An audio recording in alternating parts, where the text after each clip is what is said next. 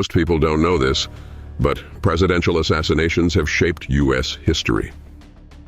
Assassination attempts on U.S. presidents, the dark, untold stories.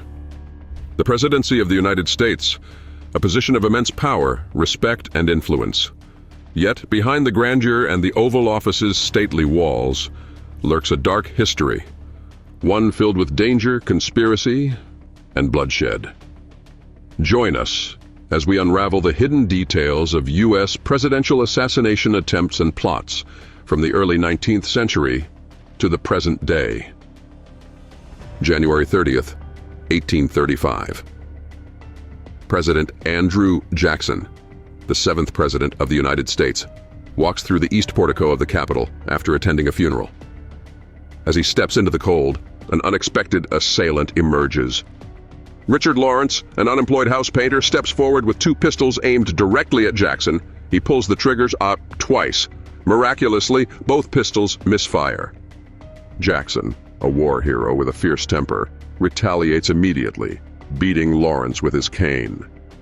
Lawrence is subdued and later found not guilty by reason of insanity, confined to an asylum for the rest of his life. Lawrence believed that Jackson was the cause of his financial woes, and that the U.S. government owed him a large sum of money. His delusions led him to believe he could become King of England upon Jackson's death. April 14th, 1865. The nation is still reeling from the Civil War's end. President Abraham Lincoln, seeking a moment of respite, attends a play at Ford's Theater in Washington, D.C. As Lincoln sits in his state box, a shadowy figure lurks behind him. John Wilkes Booth, a well-known actor and Confederate sympathizer, has formulated a deadly plan. Booth shoots Lincoln in the back of the head with a .44 caliber Derringer pistol. Chaos ensues.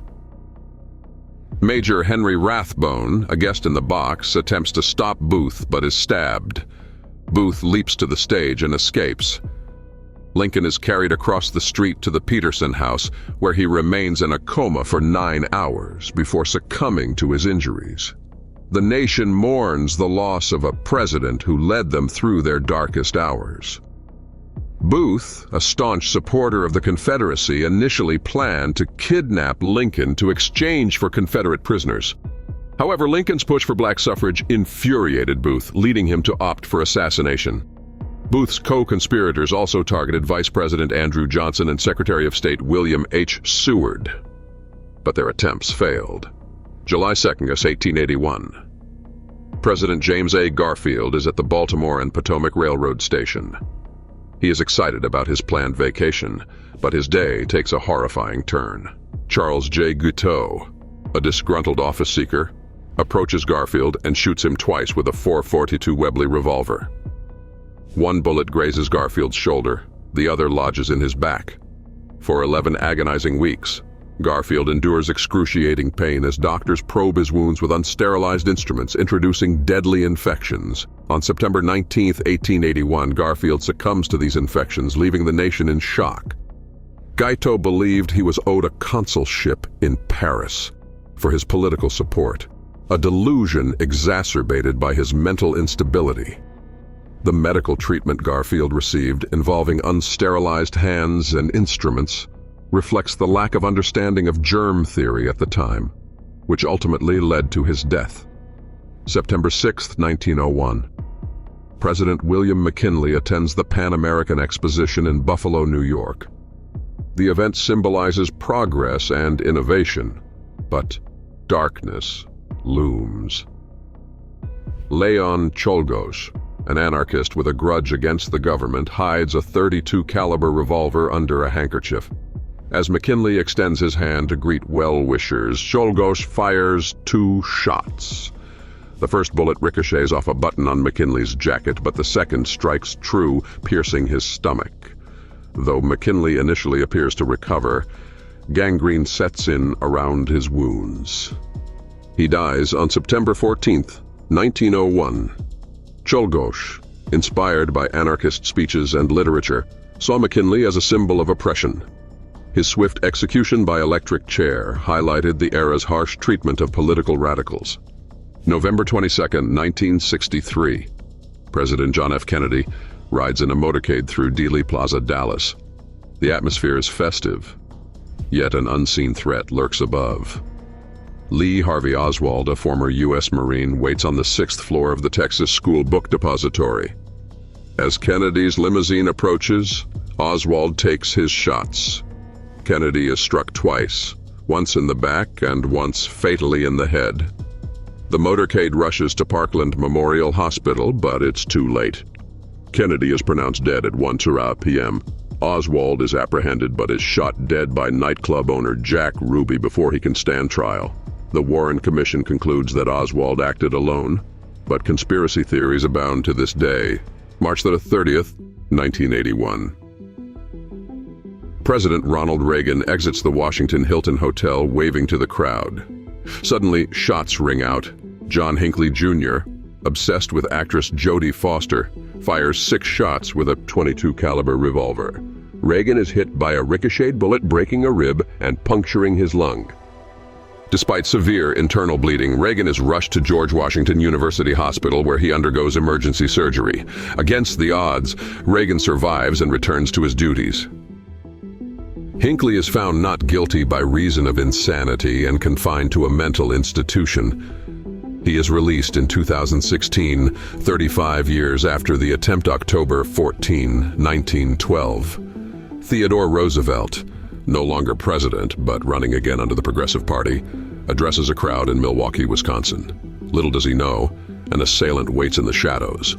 John Schrank, convinced by a dream that Roosevelt must be stopped, shoots him in the chest. The bullet is slowed by a folded speech and a glasses case in Roosevelt's pocket, saving his life.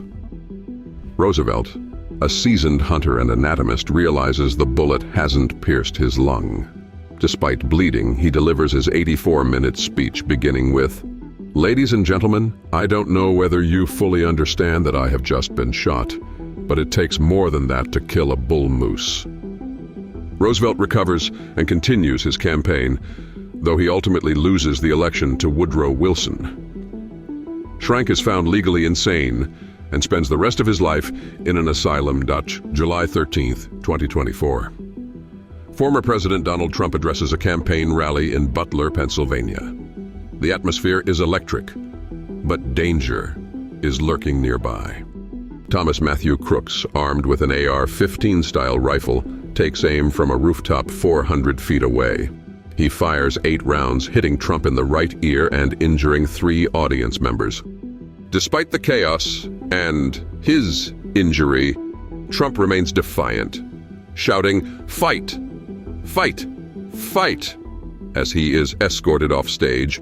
He is treated at a nearby hospital and released in stable condition. Crooks is shot and killed by the Secret Service's counter-sniper team. The incident sparks intense media coverage and debates about political violence in modern America. What drives a person to attempt the assassination of a U.S. president? The motives vary, from political dissatisfaction to personal grievances, from mental instability to grand conspiracies. Many of these attackers were driven by a desire to change the course of history, to make a statement against policies they disagreed with. Mental illness has played a significant role in several attempts. Individuals like Charles Guiteau and John Hinckley Jr. acted out of delusional beliefs and personal obsessions. The history of presidential assassinations and attempts is a stark reminder of the dangers that come with leadership. It underscores the importance of vigilance, security, and understanding the complex motivations behind such acts. From Andrew Jackson to Donald Trump, these events have shaped the presidency and the nation's history. They remind us that the position of President of the United States, while powerful, is not immune to the vulnerabilities of the human condition. Remember the past, understand the present, protect the future. Follow Mystery for more intriguing historical revelations.